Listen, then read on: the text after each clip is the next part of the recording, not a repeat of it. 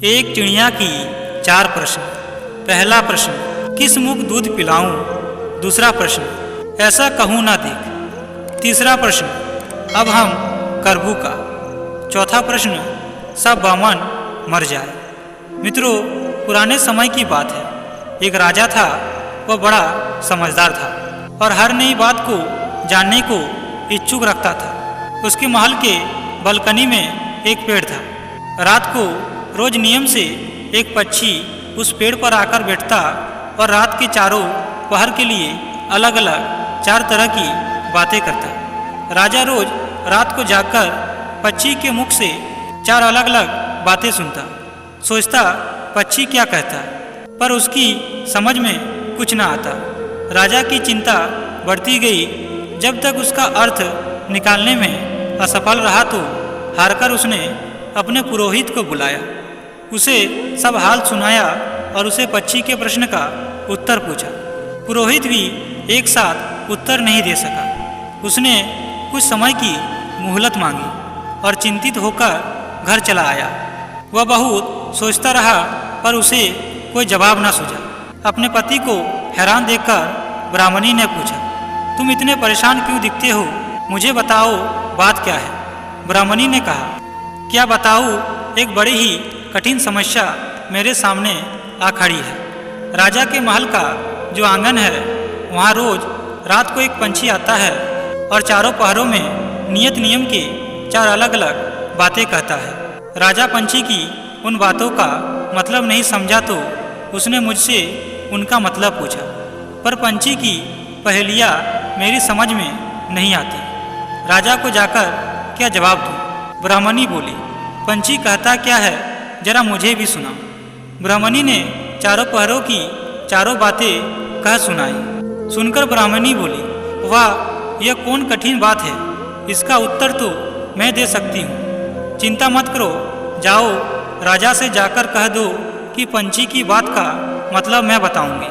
ब्राह्मण राजा के महल में गया और बोला, महाराज, आप जो पंछी के प्रश्न के उत्तर जानना चाहते हैं, उनको मेरी स्त्री बता सकती है। पुरोहित की बात सुनकर राजा ने उसकी स्त्री को बुलाने के लिए पालकी भेजी।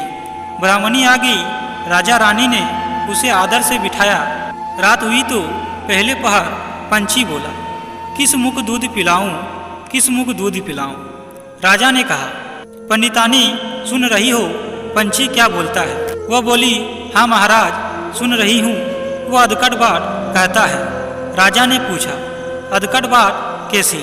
पंडितानी ने उत्तर दिया, राजन सुनो, पूरी बात इस प्रकार है। लंका में रावण भयो 20 भुजा 10 शीश माताओं की जा कहे, किस मुख दूध पिलाऊं, किस मुख दूध पिलाऊं?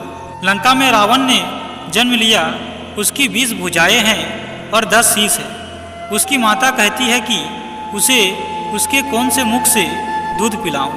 राजा बोला, बहुत ठीक, बहुत ठीक, तुमने सही अर्थ लगा लिया।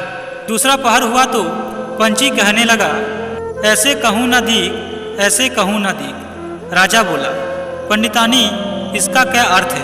पंडितानी ने समझाया, महाराज सुनो, पंछी बोलता है, घर जम नवदीक, बिना चिंता को आदमी, ऐसे कहूँ ना दीक, ऐसे कहूँ ना दीक। चारों दिशा सारी पृथ्वी 9 खंड सभी छान डालो, पर बिना चिंता का आदमी नहीं मिलेगा। मनुष्य को कोई न कोई चिंता हर समय लगी रहती है। कहिए महाराज, सच है या नहीं? राजा बोला, तुम ठीक कहती हो। तीसरी पहर लगा तो पंछी ने रोज की तरह अपनी बात को दोहराया, अब हम करबू का, अब हम करबू का।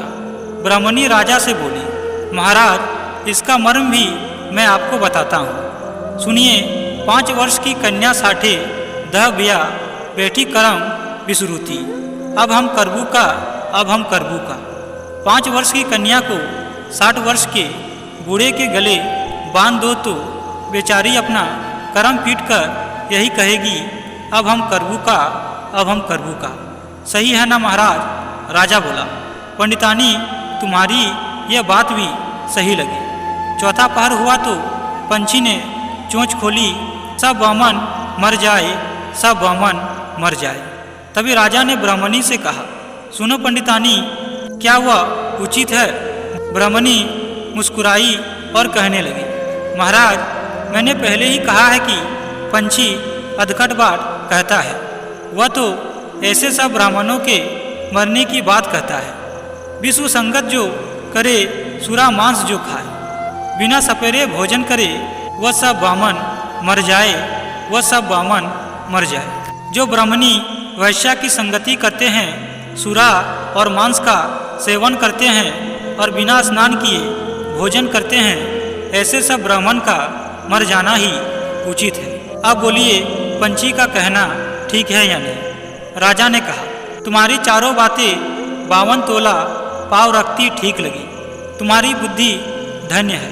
राजा रानी ने उसको बढ़िया कपड़े और गहने देकर मान सम्मान से विदा किया। अब पुरोहित का आदर भी राजदरबार में पहले से अधिक बढ़ गया।